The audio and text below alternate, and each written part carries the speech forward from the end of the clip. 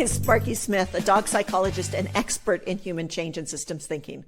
Our mission is to keep dogs in homes who might otherwise be surrendered due to complex behavior issues. And here's what makes us different. We know that these issues can't be solved with quick fixes. They require a science-driven system thinking approach to truly make a difference. We fill the gap by offering real solutions to dog parents who lack the resources to navigate these challenges. We stream everywhere. And for our patrons, those people that support us, we offer guides, infographics, and free courses, all for the price of a Timmy's. Or for those of you not in Canada, that would be the cost of a small black coffee. What's in it for you? The tools, the science, the insights to transform your dog's behavior and create a balanced, happy home.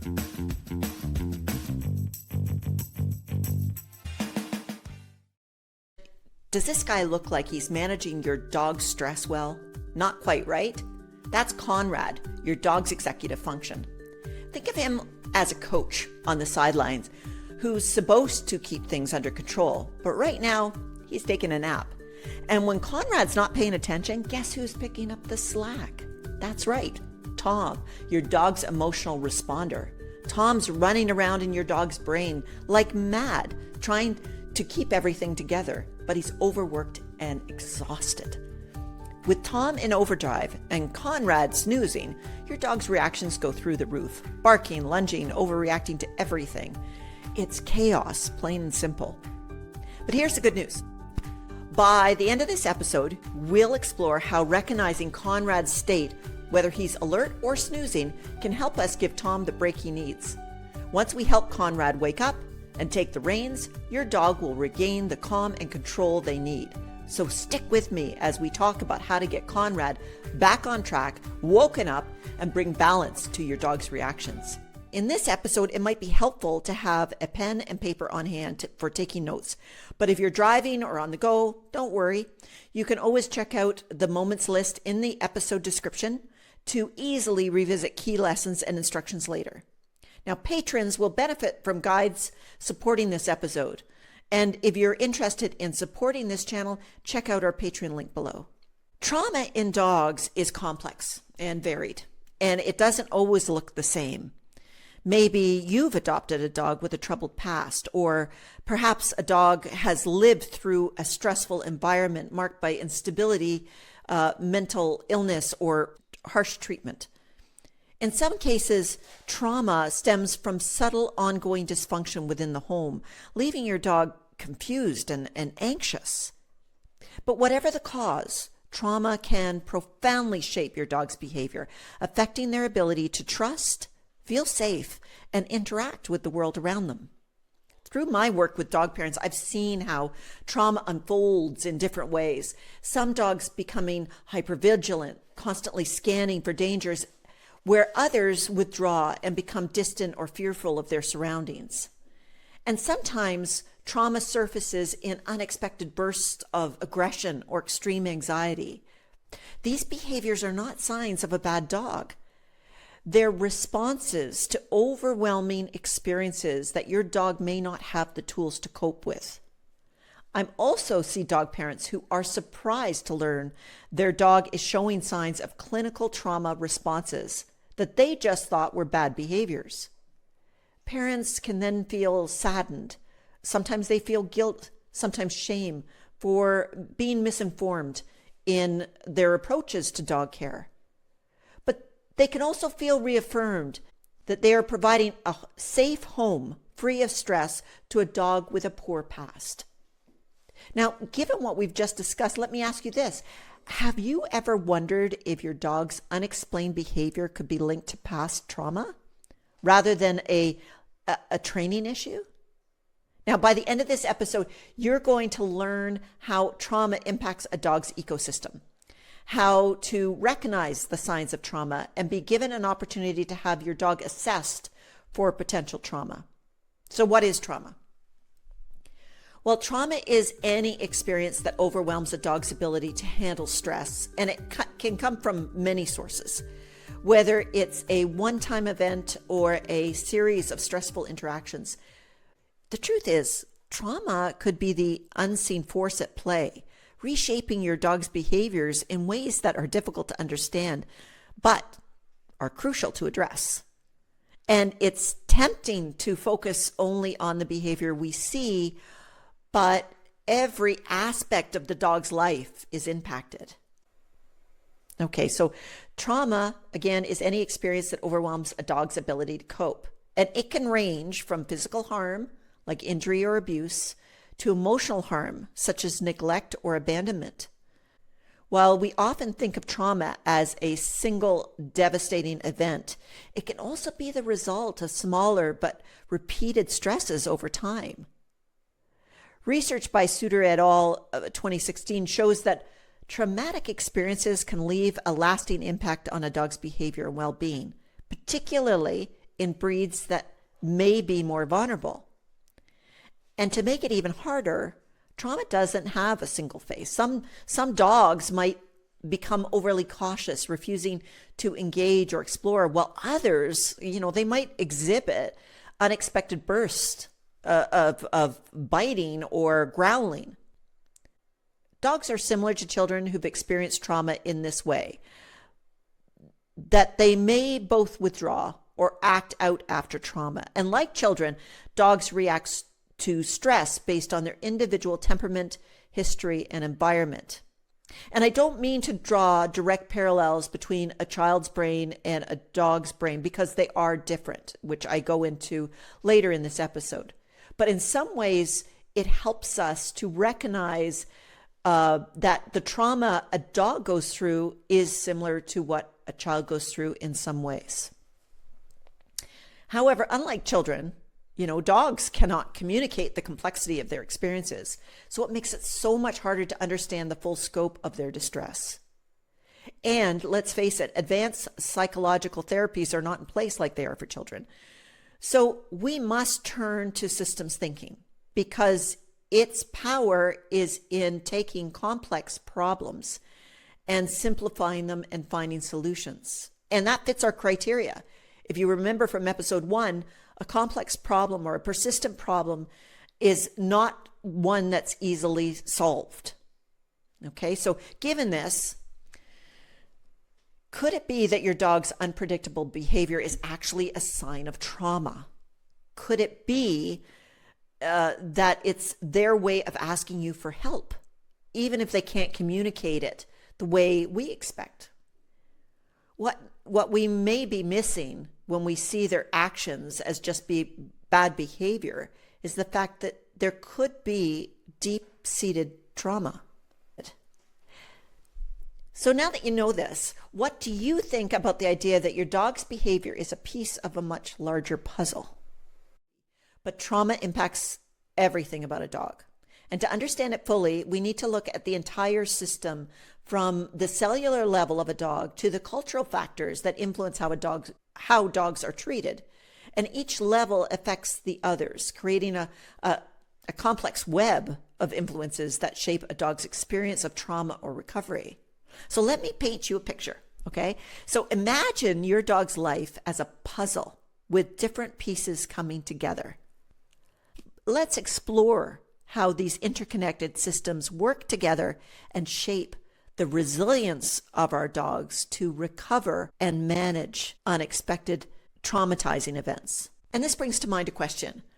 What happens on a cellular level that could be affecting your dog's trauma response? So at the most fundamental level, a dog's DNA and biological makeup influence how they experience trauma. Genetic predispositions, like traits passed down through generations or through the lineage of your dog, can make some dogs more prone to anxiety and stress. Epigenetic changes, which are the changes in gene expression caused by life experiences, can also make a dog more vulnerable to trauma. These genetic and cellular factors influence how a dog's brain and body respond to stress, shaping their resilience. Now think of it this way. Your dog's genetics act like the foundation of a house. If there's a crack in the foundation, stress can seep through. In other words, some dogs are born more likely to be anxious or stressed, and life experiences can change how their genes act. So considering this, ask yourself, could your dog's anxiety be hardwired into their genetic makeup, making them more vulnerable to stress than you realized? Possibly. So what's happening inside the brain when trauma occurs? Let's take a look at the neurobiological system. A dog's brain structure and nervous system are central to how they process trauma. Changes in the brain, like overactive stress responses, and here I'm going to direct you back to Tom, where he's always looking for threats everywhere, and where Reggie sends more and more activations. Now, if you're not familiar with why I'm talking about Tom or Reggie, you really have to look at episode 1, part 2, that talks to brain characters and how they function in order for us to make sense of neuroscience in a much more simple way.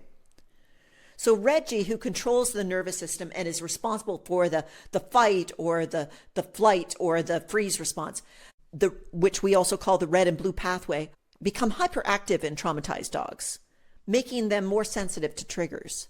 These systems are essential to understanding how a dog's resilience to trauma is shaped.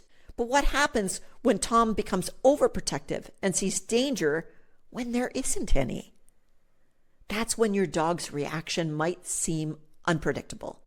It's really there that their brain tries to shield them from perceived threats.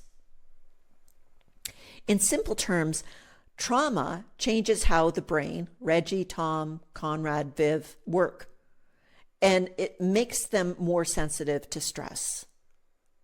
With this in mind, have you ever noticed your dog becoming jumpy or overly sensitive? Maybe their brain might be stuck in an overprotected mode, right? But it's not just the brain. Trauma impacts the whole body too. Let's look at the physiological systems. The immune system, when a dog is under stress, and certainly when they're traumatized, is weakened, making the dog more vulnerable to illness. And then there's digestive issues like upset stomachs are common in stressed dogs.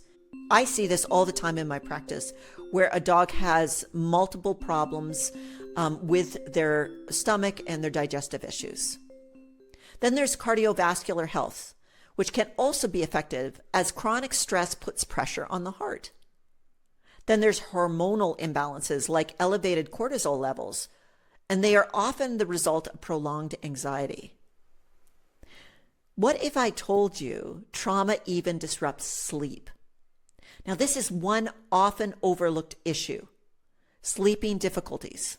Now, dogs need around, get this, 15 hours of sleep each day for a healthy brain function. I mean, we struggle with 8, but they need 15. So when trauma disrupts this, their ability to recover and build resilience is so severely impacted. Trauma can make a dog's body sick. That's the bottom line. It can cause stomach issues, weak immune systems, stress hormones, and it can disrupt their sleep. But now that you have this insight, let me pose a question to you. Is your dog getting enough sleep, or could trauma be keeping them from the rest they need to recover?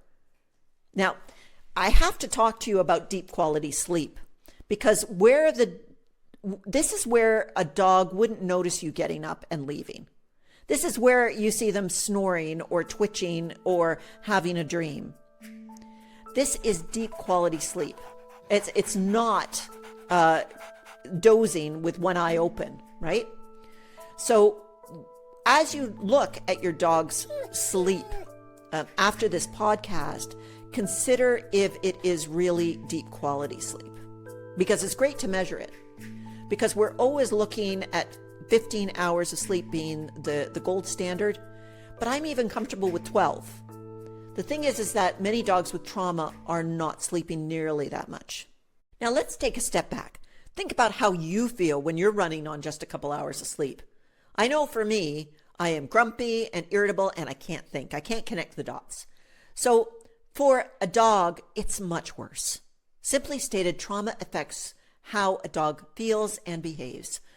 They may become scared, aggressive, or struggle to learn or end up becoming sleep deprived. Now, given what we've explored, does your dog behavior make more sense now when you think about their sleep and emotional state? Now, how does trauma affect your dog's day-to-day feelings and actions? So let's explore at a behavioral level what trauma does. On an individual level, trauma influences how a dog feels, thinks, and behaves. Emotional responses like fear and anxiety and aggression are common. Cognitive processing is also affected. Dogs may have trouble learning, remembering, or focusing. Behavioral manifestations like hypervigilance, withdrawal, or destructive habits are a direct result of the emotional and cognitive impact of trauma. So the next question I have is, what role does your household play in your dog's recovery? Now we're going to dive into family dynamics. A dog's relationship with their human family and other pets in the home are key to understanding how trauma develops or heals. So positive, stable interactions can help a dog recover, while chaotic or stressful relationships can worsen trauma. Changes in the home environment or routine can disrupt a traumatized dog's sense of safety, where inconsistent training approaches amongst family members, harsh training methods, or dominance-based approaches all can create and worsen trauma. How well the family recognizes and responds to the dog's trauma symptoms will shape their recovery journey. In other words, how the family treats a dog matters. A calm, loving family can help the dog heal. So what happens when a traumatized dog steps outside of the home? Let's look at the social environment. A dog's trauma doesn't just affect their home life. It also changes how they interact with the outside world. Socialization becomes a challenge as they may react strongly to new things like dogs, people, or environments. Traumatized dogs are often hypersensitive to various stimuli like loud noises or sudden movements. And I discuss this in a blog on our website, dogparentology.com, and it's called Dog with Sensory Processing Sensitivities. So it's like this. If you could imagine for a moment being in a crowded, noisy room with flashing lights, that's how a traumatized dog feels in everyday settings. These sensitivities can make it harder for dogs to engage in everyday activities and interact with others, affecting their social skills and resilience and their quality of life. Okay, so let's now consider where a traumatized dog lives that would impact their trauma recovery. The environmental factors. Where a dog lives plays a big role in their trauma and recovery. Urban environments with lots of noise and limited space may increase the stress for dogs, while rural settings might offer peace, but also it does introduce new triggers like unfamiliar animals or environments. So what do we do? Well, the predictability and safety of a dog's surroundings is crucial. Traumatized dogs thrive in environments where they feel secure and know what to expect. So what if I told you that your own stress can affect your dog's recovery? Because in urban settings where there's a lot coming at them, your ability to co-regulate will be key. And that means to calm yourself down. The place a dog lives, whether city or countryside, affects their stress and recovery, and so do you. That's the bottom line. A dog's history is critical to understanding their trauma. Rescue dogs have come from troubled past, and being surrendered is a horrendous ordeal for any sentient being hardwired to be bound to a human being. If they have witnessed abuse or violence or been abused themselves over time, the level of trauma increases. Let me ask you this. Have you ever considered how your dog's past, even events that you may not know about, could be shaping their behavior today? Especially if you have an adopted dog where you don't have a lot of history. So we look at those early life experiences such as poor socialization, neglect, or past traumatic events, and they can all have a lasting impact on how a dog handles stress. The key takeaway here is that a dog's past, including their breed, abandonment, and early life, shapes how they respond to trauma. So let's now consider how culture plays a role in treating traumatized dogs. So cultural attitudes towards dogs vary, and these views shape how trauma is understood and treated. In some cultures, your dog might be seen as a valued companion, while in others, they might be viewed more as a working animal or property. These attitudes affect training methods, care practices, and even the accessibility of veterinary and behavioral care. But while cultural attitudes may differ, it's important to remember that their capacity to experience trauma and their neurobiological responses to stress are fundamentally the same everywhere. And much like a child, psychologically, a culturally sensitive approach is crucial when considering how to treat traumatized dogs and build their resilience. Now let's turn our focus to professional support, because when we're thinking about trauma, we may require that. Veterinary care, behavioral specialists, and support systems for dog parents are an essential part of the recovery process. However, in some cases, especially in Canada, support for traumatized dogs is limited due to the lack of advanced psychological education for professionals. Many dog parents struggle to find the right help for dogs, and access to trauma-informed care is scarce. This lack of support structures for traumatized dogs is one of the reasons this podcast exists, to bridge that gap and provide caregivers with the knowledge they need. Now, in the rest of this episode, we'll offer you a practical tool to gauge trauma in your dog and help them heal.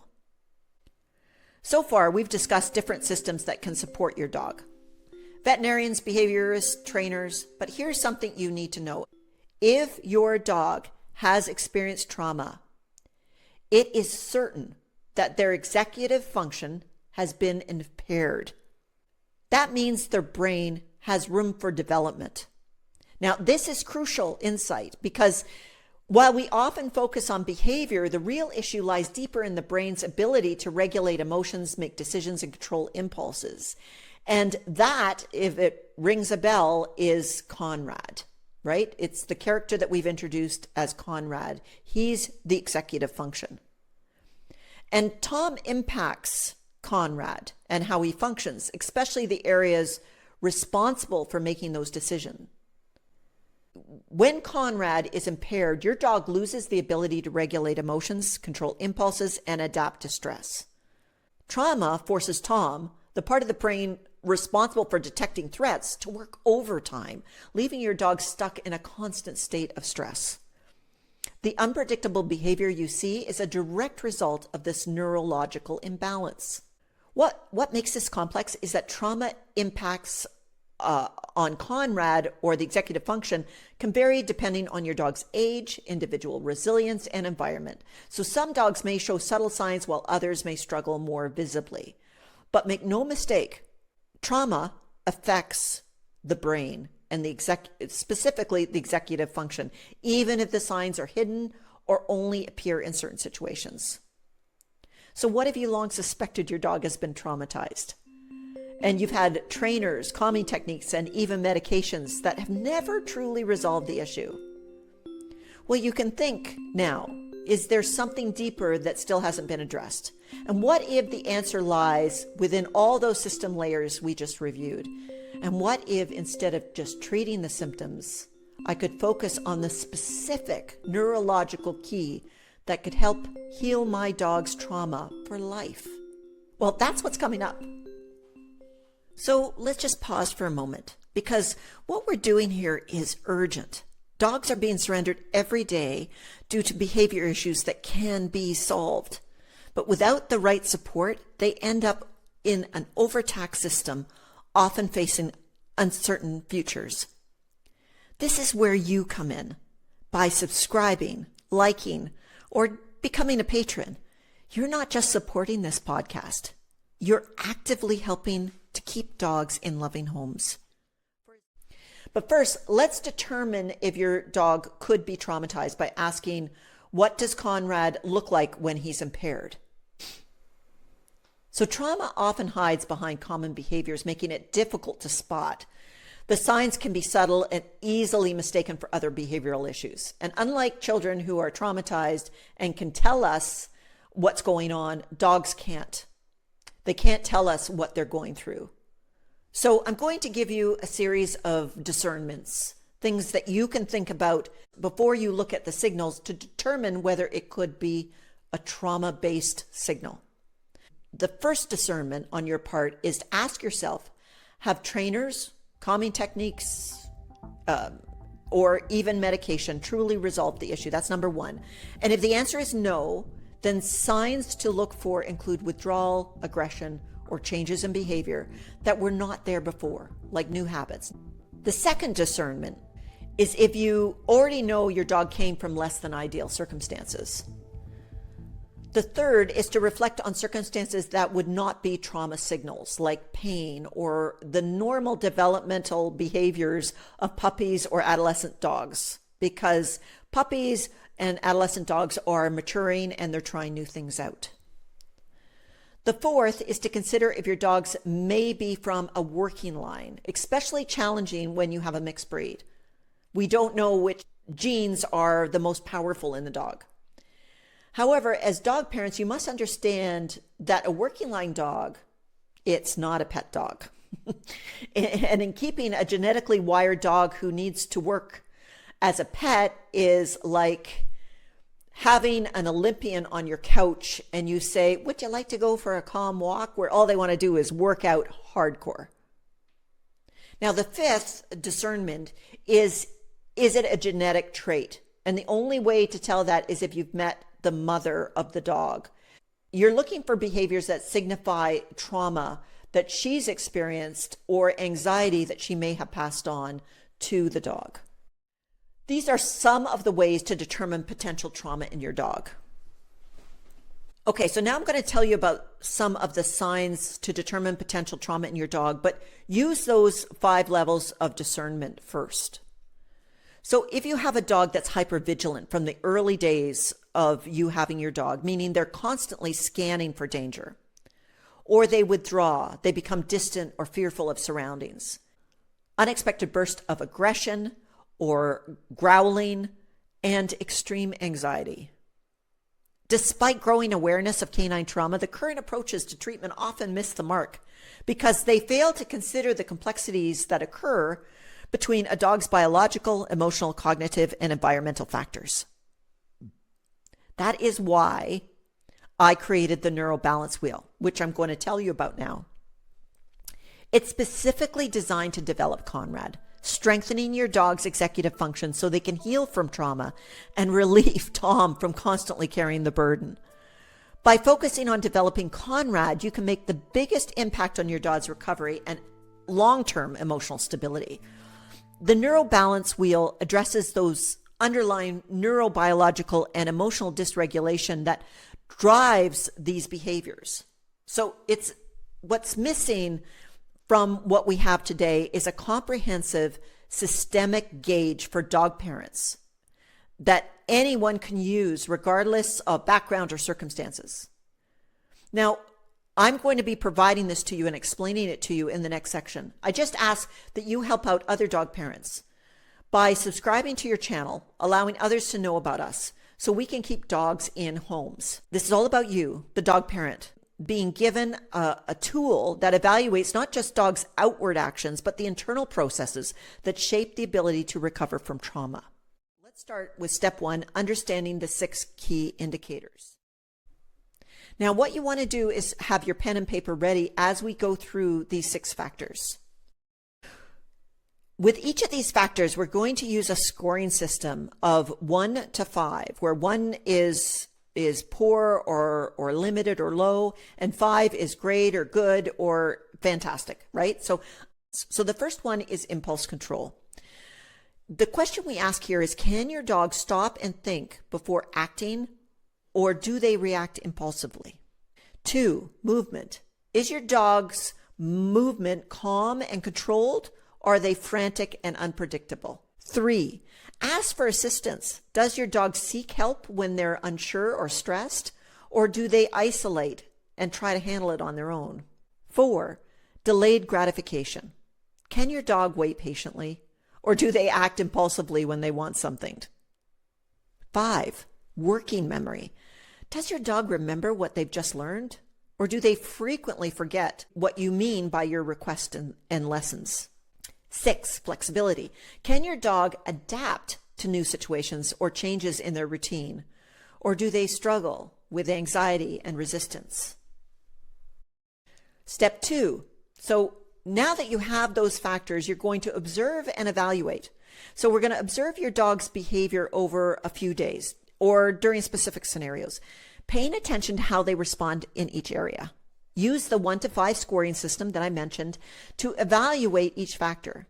So as you think about impulse control, does your dog pause before reacting, or do they impulsively bark, lunge, or act out?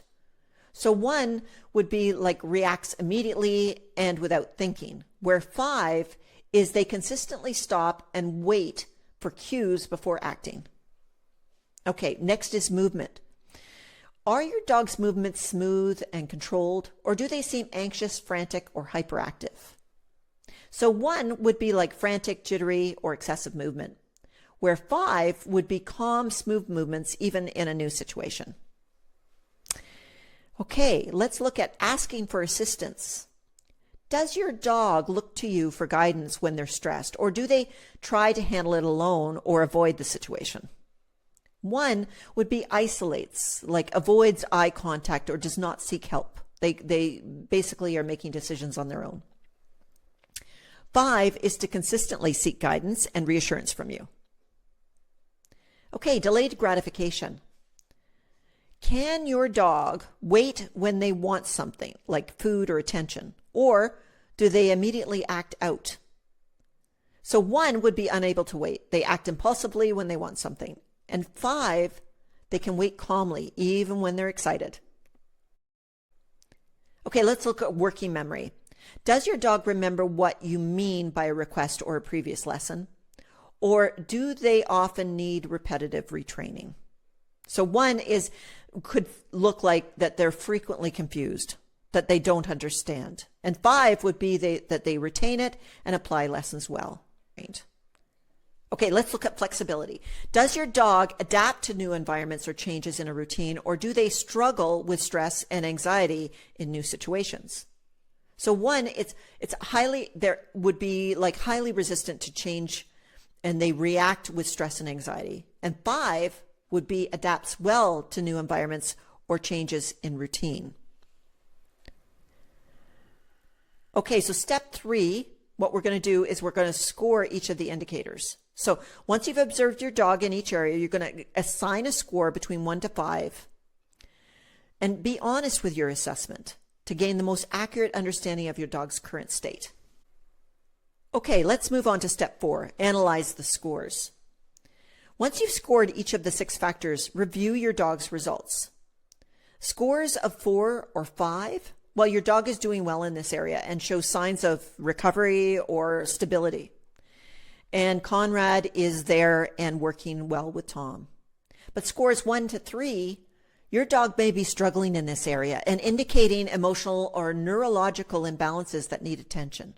So look for patterns. For example, low scores in impulse control and movement may indicate that your dog's stress responses are still highly reactive, while low scores in asking for assistance may suggest that your dog is not comfortable seeking help from you during times of stress. So you need to work harder on your relationship. Step 5 is to create a recovery plan. Using the results from the NeuroBalance Wheel, you can focus on areas where your dog scored lower, like between 1 to 3. These are areas where trauma might be affecting your dog most deeply and where you'll want to focus your efforts. Step 6, reevaluate over time. So you repeat the NeuroBalance Wheel evaluation every few weeks or months to track your dog's progress. Using this tool, continually assess the improvements being made and celebrate them. And you can also identify where additional support is still needed. So today, we've uncovered the deeper reason behind your dog's behavior issue, how trauma often hides behind common behaviors like aggression or fearfulness or withdrawal. You've learned how trauma affects everything from your dog's brain and body to their social interactions and environment. Most importantly, we've explored the role of the executive function, and we've learned how important it is when we're dealing with a traumatized dog. The NeuroBalance Wheel was designed specifically to help with building up the executive function, or CONRAD as we know it. And it's designed to rebuild that essential part of your dog's recovery. Now that you understand the impact of trauma on your dog, you can take steps to evaluate their behavior using the NeuroBalance Wheel and start building their resilience.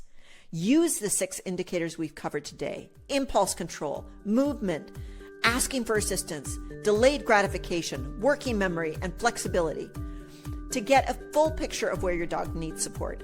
And don't forget to reassess over time to track their progress. As always, your support allows us to continue this work, keeping dogs out of shelter and in their homes where they belong. So if you found this episode helpful, share it with other dog parents, subscribe and like, and consider becoming a patron. It's very, very easy.